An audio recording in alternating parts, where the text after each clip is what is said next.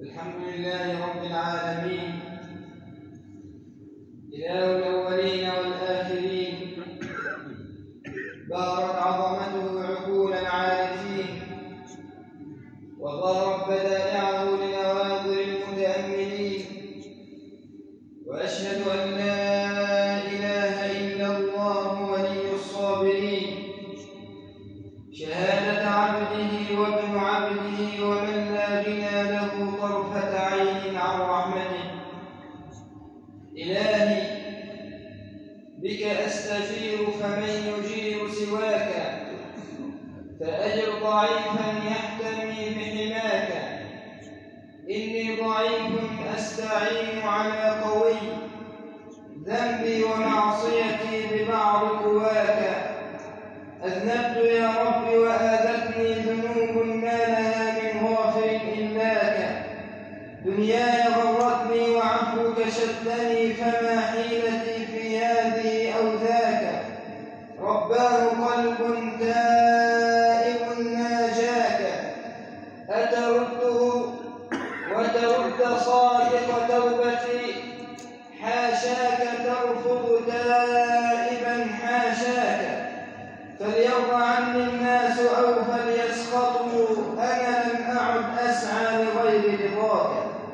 وأشهد أن سيدنا ونبينا وحبيبنا وقائدنا وقدوتنا ومثلنا الأعلى محمد رسول الله، أرسله ربه إلى الجنة داعيا وإلى الطريق المستقيم هاديا، فشرح الله به الصدور وأنار به العقول. فصلاة وسلاما عليك يا سيدي يا رسول الله. يا أيها الذين آمنوا اتقوا الله حق تقاته ولا تموتن إلا وأنتم مسلمون. يا أيها الناس اتقوا ربكم، إن زلزلة الساعة شيء عظيم. يوم ترونها تذهل كل مرضعة عما أرضعت، وتضع كل ذات حمل حملها، وترى الناس سكارى وما هم بسكارى ولكن عذاب الله شديد. أما بعد، أيها الأحبة الأكارم، لقاؤنا اليوم تحت عنوان صناعة الأمل. صناعة الأمل، وما أدراكم ما أهمية هذا الموضوع في وقت أصبح اليأس يصدر إلى الناس تصديرا، ولكن لا ييأس من رحمة الله إلا القوم الكافرون. إن حقيقة الدنيا أنها متقلبة لا تستقر على حال، فمن طبيعتها الحزن والسرور، والسعة والضيق، والفقر والغنى، والصحة والمرض. هذه هي حقيقة الدنيا، وكل هذا من أقدار الحق جل وعلا. وعقل الإنسان القاصر لا يدرك حكمة الله عز وجل في إدارته لهذا الوجود. فقد يكره الإنسان منا شيئا وهو عين الخير له، وقد يحب الإنسان منا شيئا وهو عين الشر له. وعسى أن تكرهوا شيئا وهو خير لكم، وعسى أن تحبوا شيئا وهو شر لكم، والله يعلم وأنتم لا تعلمون. وقد صدق إبراهيم عليه السلام حينما نادى بهذا النداء: أئفكا آلهة دون الله تريدون، فما ظنكم برب العالمين. ماذا تظن بربك أيها الإنسان؟ لا تجد إلا إلها ودودا عطوفا رحيما، أسبغ عليك النعم ظاهرة وباطنة، وإن تعدوا نعمة الله لا تحصوها، إن الإنسان لظلوم كفار. فسبحان من لو سجدنا بالعيون له على شبى الشوك والمحمى من الإبل، لم نبلغ العشر من معشار نعمته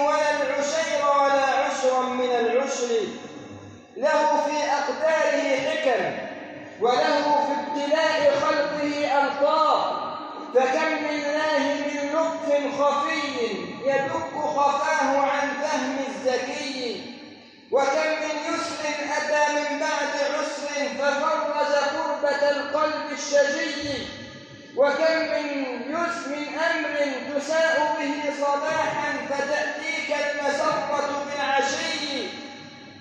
هكذا قدر الله عز وجل في الخلق، والإنسان منا يعيش بالأمل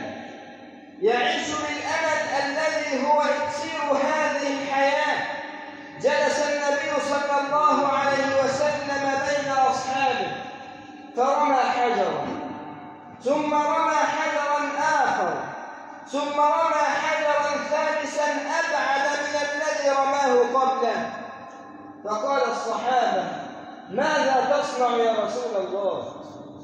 فقال: إن هذا هو رزق الإنسان، والثاني هو الأجل، والبعيد هو الأمل. وهكذا يعيش الإنسان. لماذا يجتهد الطالب ويذاكر؟ أملا في النجاح. ولماذا يجتهد التاجر ويسافر؟ أملا في الربح. ولماذا يتحمل المريض المرض ويشرب الدواء؟ أملا في الشفاء. هكذا الدنيا تعيش فيها بكل أمل، وإنها لا تستقر على حال كما قلنا، ولكن من رحمة الله عز وجل أنه لا يستقيم في هذه الدنيا عسر، بل لابد من بعده يسر. والواجب على المسلم أنه في هذه الدنيا يتعلق بالله عز وجل، لا يظن بربه إلا خيرا. ولرب نازلة يضيق منها الفتى ذرعا وعند الله المخرج، ضاقت فلما استحكمت حلقاتها فرجت، وكنت أظنها لا تخرج. يا صاحب الهم إن الهم منفرج، أبشر بخير فإن الفارج الله. اليأس يقطع أحيانا بصاحبه، لا تيأسن فإن الكافي الله. إذا بليت فثق بالله وارض به، إن الذي يكشف الكرب هو الله. الله يحدث بعد الكرب ميسرة، لا تتعجبن فإن الصانع الله. أخي فمن لك غير الله من أحد، فحسبك الله في كل لك الله. ولقد كان في قصصهم عبرة. تأمل معي حياة الأنبياء والمصلحين، فإن الحق سبحانه وتعالى يقول: لقد كان في قصصهم عبرة. حينما تنظر إلى النهايات تأمل في البدايات، فإن كل نبي من أنبياء الله عز وجل تحمل ما لا يتحمله أحد، وصبر على بلاء لم يصبر عليه أحد. وقد صدق النبي صلى الله عليه وسلم حينما قال: أكثر الناس بلاء الأنبياء، ثم الصالحون، ثم الأمثل فالأمثل، يبتلى المرء على قدر دينه. هذا يوسف عليه السلام. لو نظرت إلى حياته في النهاية لابد وأن تتأمل البداية. يوسف ابن نبي الله يعقوب أحبه أباه حبا شديدا، وإذا بالحسن يفعل الأفاعيل، فيأتي الإخوة الذين هم السند، الذين هم الظهر، يأخذون أخاهم ويرمونه في البئر ويكذبوا على أباهم إن الذئب قد أكله. ثم تشتد الأزمة على يوسف عليه السلام فيباع عبدا بدراهم معدودة، ثم بعد ذلك يبتلى بزوجة عزيز، ثم بعد ذلك يسجن يوسف عليه السلام، ثم بعد ذلك يكون عزيزا في هذا القصر. ويعقوب عليه السلام يبتلى في يوسف فيحزن عليه حزنا شديدا، ثم تشتد البلوى ببنيامين أخاه فيبتلى في ولدين من أبنائه، فإذا به لا يفقد الأمل ويصبر ويتحمل ويثق في موعود الله عز وجل ويشكو شكواه إلى الله: إنما أشكو بثي وحزني إلى الله، يا بني اذهبوا فتحسسوا من يوسف وأخيه ولا تيأسوا من روح الله إنه لا ييأس من روح الله إلا القوم الكافرون. وفي النهاية يجتمع يوسف مع أبيه وإخوته ويقول: لا تثريب عليكم اليوم يغفر الله لكم وهو أرحم الراحمين. وهذا أيوب عليه السلام الذي فقد المال كله ومات جميع أبنائه وفقد الصحب ولم تبقى معه إلا الزوجة الصالحة وقال البلاء والمرض، ومع ذلك لم يمت الأمل في قلبه وينادي ربه: رب أني مسني الضر وأنت أرحم الراحمين. فتأتي الإجابة سريعة فاستجبنا له فكشفنا ما به من ضر وآتيناه أهله ومثلهم معهم رحمة من عندنا وذكرى للعابدين. وهذا يونس عليه السلام الذي يئس من قومه فركب السفينة فألقي في البحر فالتقمه الحوت وهو مليم في ظلمات في قاع البحار، لم ييأس وظل الأمل ممتدا إلى ربه ويناجي ربه في الظلمات: لا إله إلا أنت سبحانك إني كنت من الظالمين. فاستجبنا له ونجيناه من الغم. وكذلك قف مع هذه الكلمة في كل آيات القرآن، حينما ترى كلمة كذلك اعلم أن يونس حينما ابتلاه الله قد يبتليك الله عز وجل، وكما استجاب ليونس سيستجيب الله عز وجل لك. وكذلك ننجي المؤمنين، أي منهج رباني مع عباد الله المؤمنين، وكذلك ننجي المؤمنين. ولأجل هذا النبي صلى الله عليه وسلم يقول عن دعوة يونس: لا إله إلا أنت سبحانك إني كنت من الظالمين. يقول: ما دعا بها مسلم في كربة نزلت به إلا واستجاب الله له. وكذلك ننجي المؤمنين. منهج القرآن عجيب، وحينما تتأمل حياة خير البشر محمد صلى الله عليه وسلم ومعه الصحب الكرام، حينما تتأمل الحياة في مكة وما نزل برسول الله صلى الله عليه وسلم وما نزل بالصحب الكرام، أشلاء ودماء حدثت، اضطهاد حدث مع رسول الله، طرد من الأوطان حدث مع رسول الله. ومع هذا لو نظرت إلى حال رسول الله صلى الله عليه وسلم وهم يسخرون منه ومع دخوله بعدها بأعوام لم تفقد الأمل في أن هذا الدين سيظل منصورا إلى يوم الدين.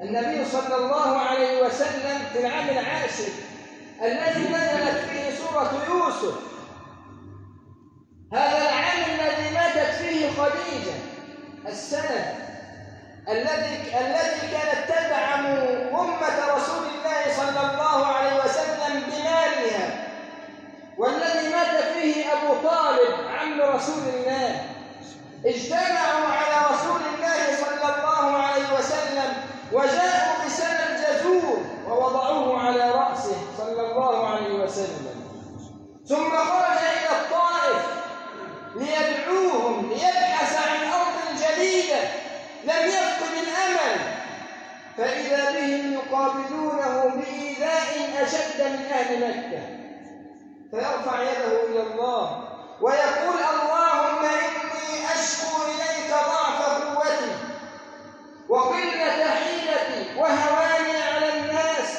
أنت رب المستضعفين وأنت ربي، إلى من تكلني؟ إلى بعيد يتجهمني أم إلى عدو ملكته أمري؟ إن لم يكن بك علي غضب فلا أبالي، ولكن رحمتك هي أوسع لي. أعوذ بنور وجهك الذي أشرقت له الظلمات وصلح عليه أمر الدنيا والآخرة. يأتيه جبريل ومعه ملك الجبال ويقول: يا محمد، لو شئت أن أطبق عليهم الأخشبين لفعلت، ولكن الرحمة المهداة صاحب الأمل في الرسالة يقول له: لا، بل أرجو أن يخرج الله من أصلابهم من يقول لا إله إلا الله. ثم تنتقل إلى الصحب الكرام، إلى أصحابه. وعلى سبيل المثال خباب بن الأرت لما ضاقت به الدنيا واشتد به الأذى والعذاب والتنكيل، جاء إلى رسول الله صلى الله عليه وسلم وهو متوسد بردته في ظل الكعبة: يا رسول الله، ألا تستغفر لنا؟ ألا تدعو الله لنا؟ أما ترى ما نحن فيه؟ سيدنا خباب يعني كان محقا في هذه الشكوى.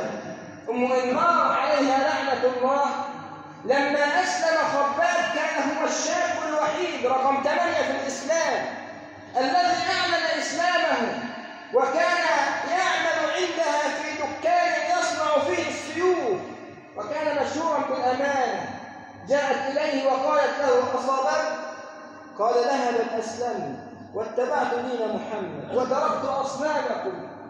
فكانت تأتي بالأسياخ المنصهرة وتطفئها في رأسه رضي الله عنه.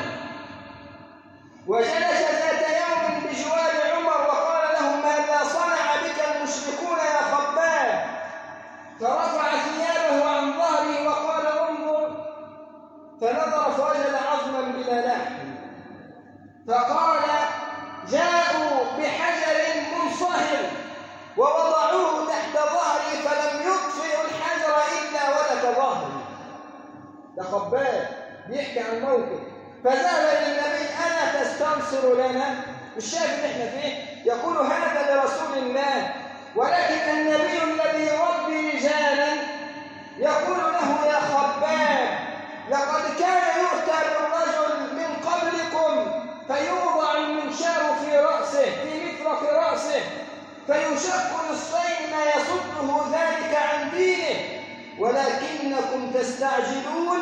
والله ليتمن الله هذا الأمر حتى يسير الراكب من صنعاء إلى حضرموت، ولكنكم تستعجلون.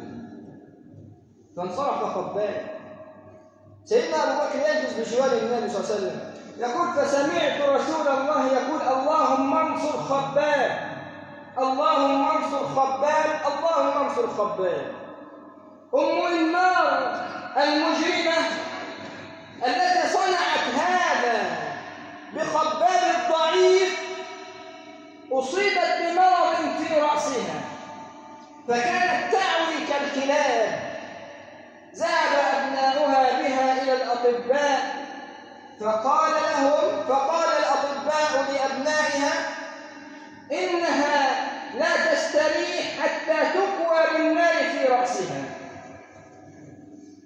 فبحثوا من يكوي رأس أمه، فإذا بهم من يقوم بهذه المهمة، فقالوا خباب.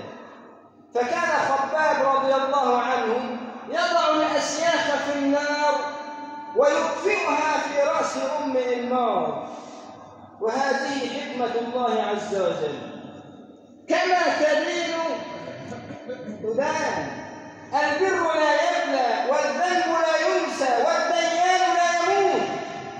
افعل ما شئت فكما تدين تدان.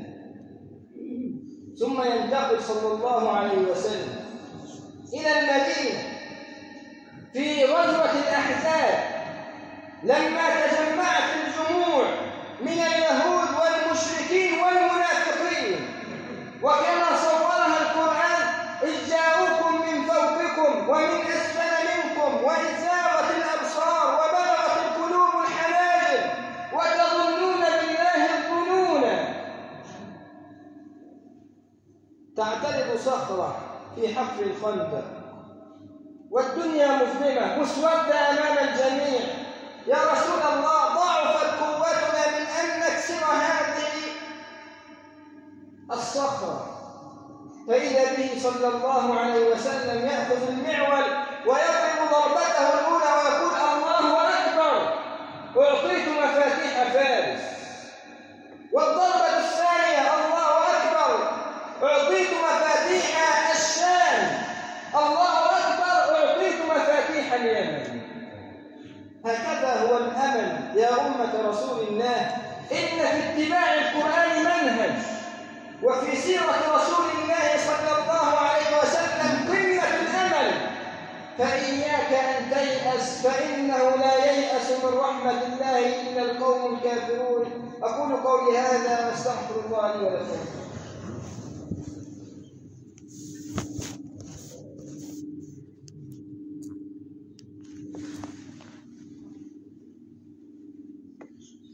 الحمد لله، وما توفيقي إلا بالله، عليه توكلت وإليه أنيب. ونظرا لأن الوقت يمر سريعا، كان تبقى لنا عنصرا أخيرا في هذا الموضوع، ألا وهي وسائل الأمل. كيف تبني الأمل في نفسك؟ أولها الثقة بالله عز وجل، ثانيها التربية على منهج الأنبياء والرسل والصحب الكرام، ثالثها العمل، فإنه ليس هناك أمل بلا عمل. ثم ماذا؟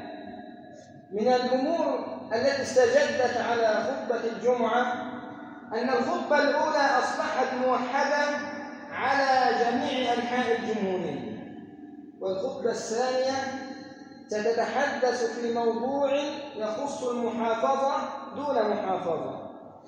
ومن هذه الموضوعات التي انتشرت في محافظاتنا ومحافظات الصعيد أكل ميراث المرأة. أكل ميراث المرأة. وزارة العدل خرجت بإحصائية في ضياع حقوق المرأة في الميراث في العام الواحد ما يقارب من 232,000 قضية تنازع على الميراث. أسباب هذا الأمر في نقطتين أساسيتين. النقطة الأولى ضعف الوازع الديني الذي يأكل مال غيره. خرج خوف الله عز وجل من قلبه، خرج من قلبه ومن عقله أن هذا تشريع الله عز وجل. الميراث لم يتركه الله عز وجل لنبي من الأنبياء يشرع فيه. الصلاة شرعها الله عز وجل وتعلمناها من رسول الله. الزكاة فرضها الله عز وجل وحددها لنا النبي صلى الله عليه وسلم.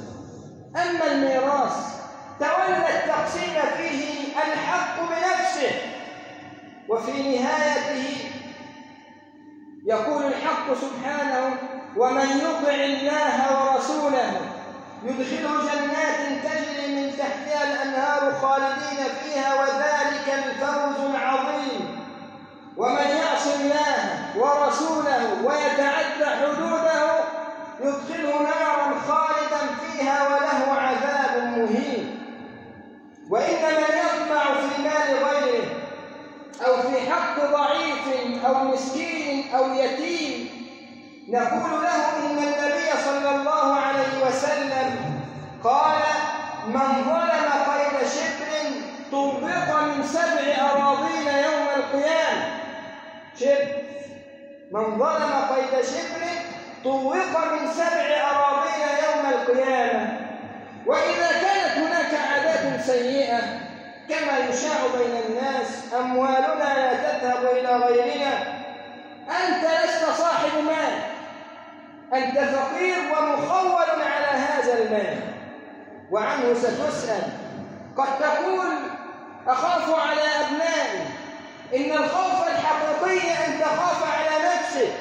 ففي الميراث قال ربنا آباؤكم وأبناؤكم لا تدرون أيهم أقرب لكم نفعا فريضة من الله. الله أسأل أن يجعل جمعنا هذا جمعا مرحوما وتفرقنا من بعده معصوما، وأن لا يجعل فينا ولا منا ولا حولنا شقيا ولا محروما. اللهم حببنا في بعضنا واخذ الشيطان من بيننا، لا تجعل للشيطان علينا نصيرا. اللهم انصر الإسلام وأعز المسلمين، واعل بفضلك اللهم كلمتي الحق والدين. اللهم لا تشمت بنا الأعداء ولا الحاقدين. اللهم عليك من يهود الملاعين، اللهم شتت شملهم، اللهم لا ترفع لهم راية ولا تحكم لهم غاية، واجعلهم يا ربنا عبرة وآية. اللهم كن لعبادك المستضعفين عونا ونصيرا. اللهم داوي جرحاهم واشف مرضاهم وارحم موتاهم واهلك أعداءهم ولا تخيب فيك رجاءهم. لا تدع لنا يا ربنا في هذا اليوم العظيم ذنبا إلا غفرته، ولا دينا إلا قضيته، ولا مريضا إلا شفيته، ولا مبتلى إلا عافيته، ولا حاجة من حوائج الدنيا والآخرة إلا قضيتها ويسرتها يا أرحم الراحمين. وأقم الصلاة، إن الصلاة تنهى عن الفحشاء والمنكر، ولذكر الله أكبر والله يعلم ما تصنعون.